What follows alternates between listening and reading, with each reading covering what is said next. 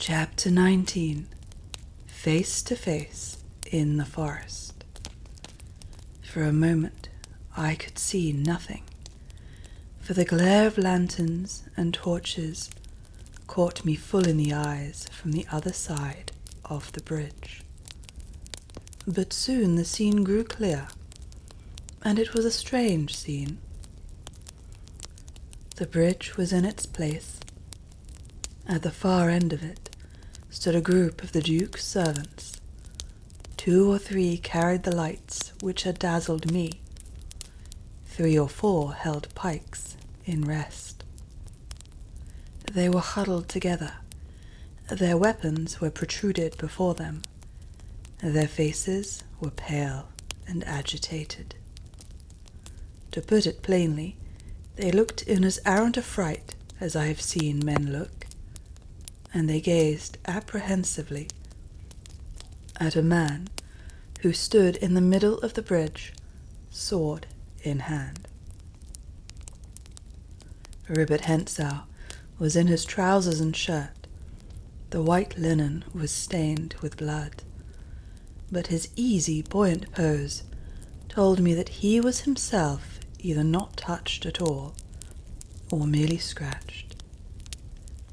There he stood, holding the bridge against them, and daring them to come on, or rather bidding them send Black Michael to him, and they, having no firearms, cowered before the desperate man, and dared not attack him. They whispered to one another, and in the backmost rank I saw my friend Johann leaning against the portal of the door and staunching it with a handkerchief the blood which flowed from a wound in his cheek. By marvellous chance I was master. The cravens would oppose me no more than they dared attack Rupert. I had but to raise my revolver, and I sent him to his account, with his sins on his head. He did not so much as know that I was there. I did nothing. Why, I hardly know to this day. I had killed one man stealthily that night, and another by luck rather than skill. Perhaps it was that. Again, a villain as the man was, I did not relish being one of a crowd against him. Perhaps it was that. But stronger than either of these restrained feelings came a curiosity and a fascination which held me spellbound, watching for the outcome of the scene. "Michael, you dog! Michael, if you can stand, come on!" cried Rupert, and he advanced a step, the group shrinking back a little before him. "Michael, you bastard! Come on!" The answer to his taunts came in the wild cry of a woman. "He's dead! My God, he's dead!" "Dead?" shouted Rupert. "I struck better than I knew," and he laughed triumphantly. Then he went on. "Down with your weapons there. I'm your master now. Down with them, I say." I believe they would have obeyed, but as he spoke came new things. First, there arose a distant sound, as of shouts and knockings from the other side of the chateau. My heart leapt. It must be my men, come by a happy disobedience to seek me. The noise continued, but none of the rest seemed to heed it. Their attention was chained by what now happened before their eyes. The group of servants parted, and a woman staggered onto the bridge. Antoinette de Mauban was in a loose white robe, her dark hair streamed over her shoulders. Her face was ghastly pale, and her eyes gleamed wildly in the light of the torches. In her shaking hand She held a revolver, and as she tottered forward, she fired it at Rupert Henshaw. The ball missed him and struck the woodwork over my head. "Faith, madame," laughed Rupert, "had your eyes been no more deadly than your shooting, I had not been in this scrape, nor Black Michael in hell tonight." She took no notice of his words. With a wonderful effort, she calmed herself till she stood still and rigid. Then very slowly and deliberately she began to raise her arm again, taking most careful aim. He would be mad to risk it. He must rush on her, chancing the bullet, or retreat towards me. I covered him with my weapon. He did neither.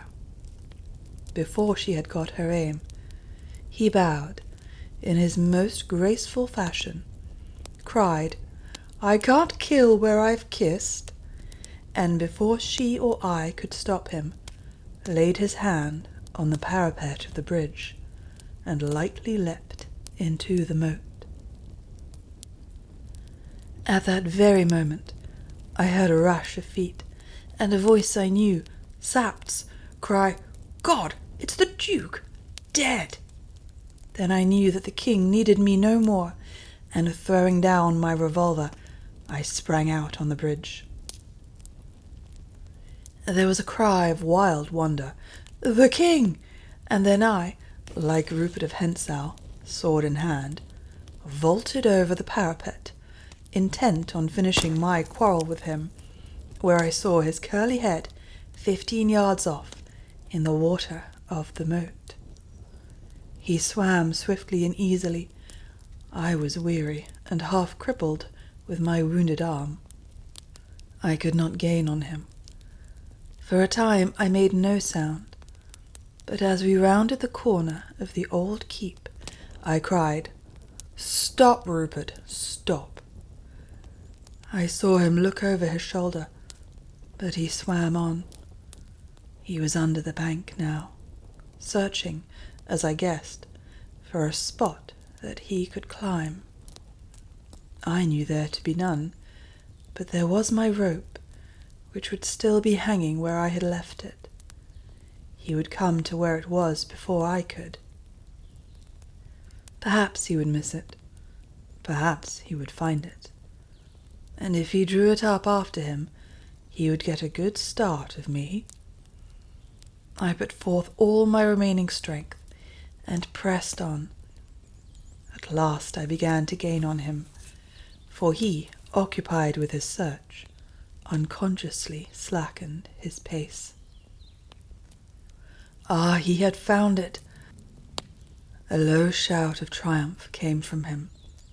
He laid hold of it, and began to haul himself up. I was near enough to hear him mutter, "How the devil comes this here?"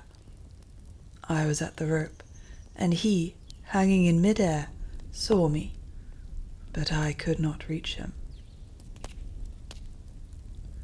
"Hello, who's here?" he cried, in startled tones. For a moment, I believe, he took me for the king. I dare say I was pale enough to lend colour to the thought, but an instant later he cried, "Why, it's the play-actor! How come you here, man?" And so saying, he gained the bank. I laid hold of the rope, but I paused. He stood on the bank, sword in hand, and he could cut my head open or spit me through the heart as I came up. I let go the rope. "Never mind," said I, "but as I am here, I think I'll stay." He smiled down on me.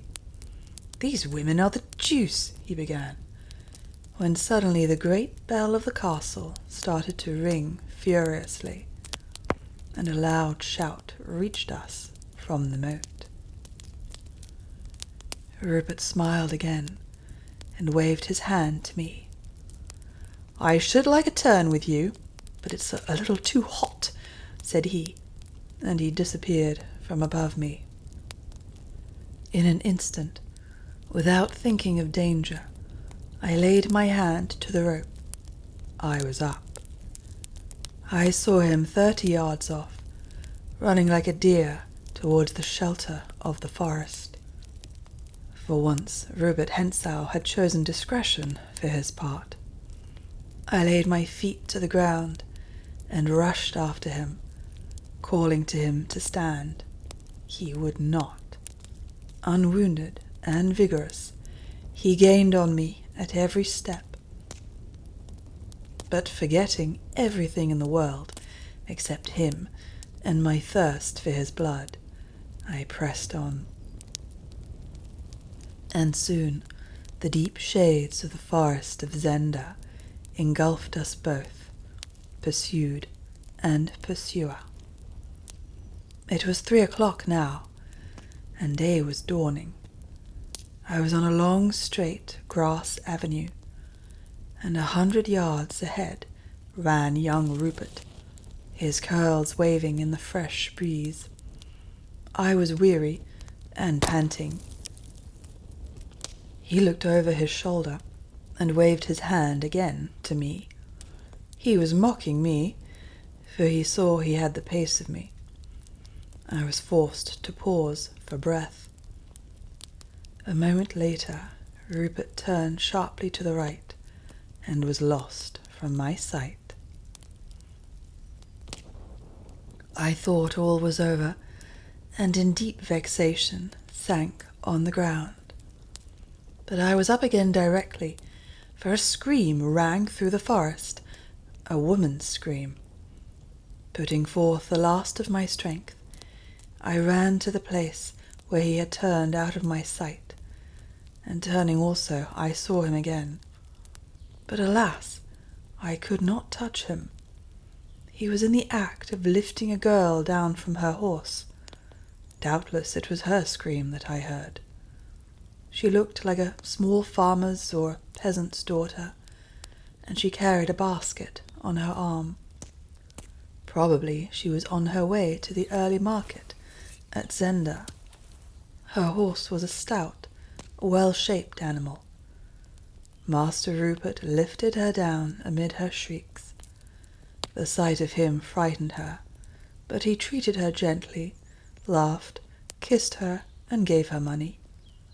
Then he jumped on the horse, sitting sideways like a woman, and then he waited for me. I, on my part, waited for him. Presently, he rode towards me, keeping his distance, however. He lifted up his hand, saying, "What did you in the castle?"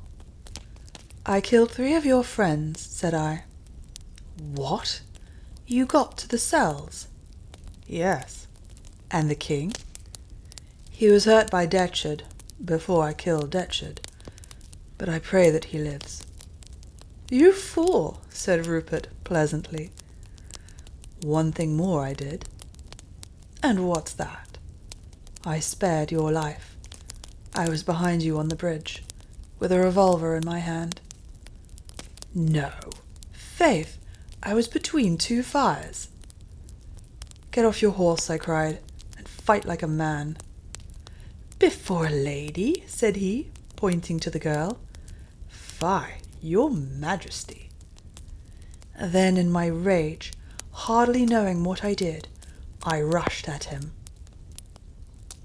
For a moment he seemed to waver, then he reined his horse in and stood waiting for me. On I went in my folly. I seized the bridle and I struck at him. He parried and thrust at me.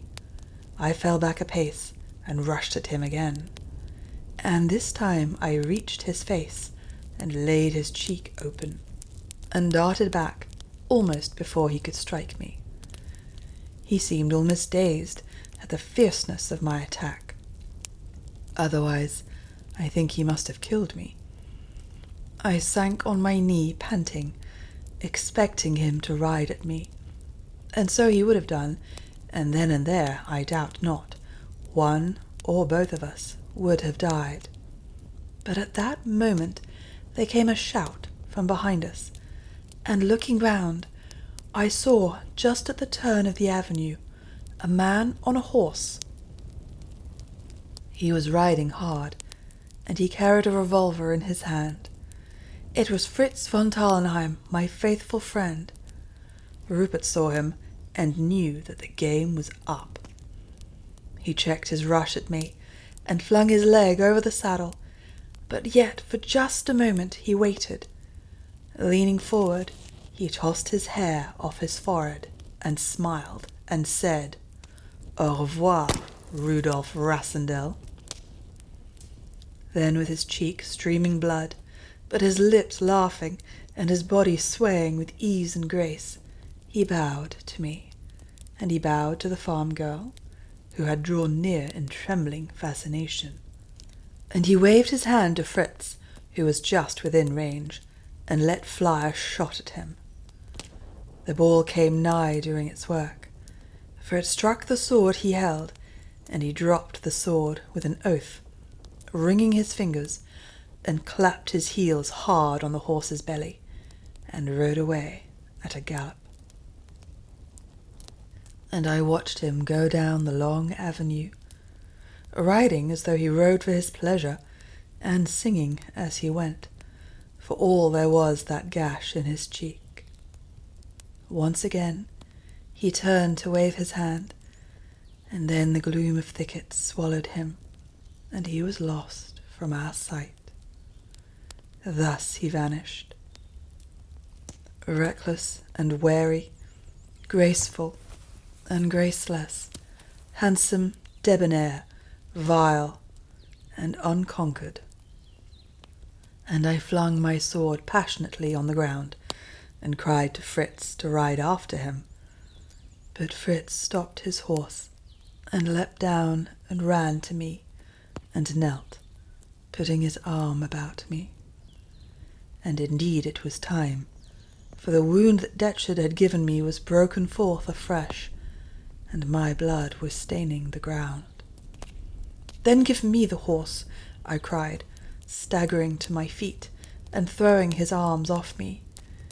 And the strength of my rage carried me so far as where the horse stood, and then I fell prone beside it, and Fritz knelt by me again. "Fritz," I said. "Hi, friend, dear friend," he said, tender as a woman. "Is the king alive?" He took his handkerchief and wiped my lips, and bent and kissed me on the forehead. "Thanks to the most gallant gentleman that lives," said he softly. "The king is alive." The little farm girl stood by us, weeping for fright, and wide-eyed for wonder, for she had seen me at Zenda, and was not I, pallid, dripping, foul and bloody as I was, yet was not I the king? And when I heard that the king was alive, I strove to cry, "Hurrah!" but I could not speak, and I laid my head back in Fritz's arms, and closed my eyes, and I groaned, and then, lest Fritz should do me wrong in his thoughts, I opened my eyes and tried to say "hurrah" again. But I could not, and being very tired, and now very cold, I huddled myself close up to Fritz, to get the warmth of him, and shut my eyes again, and went to sleep.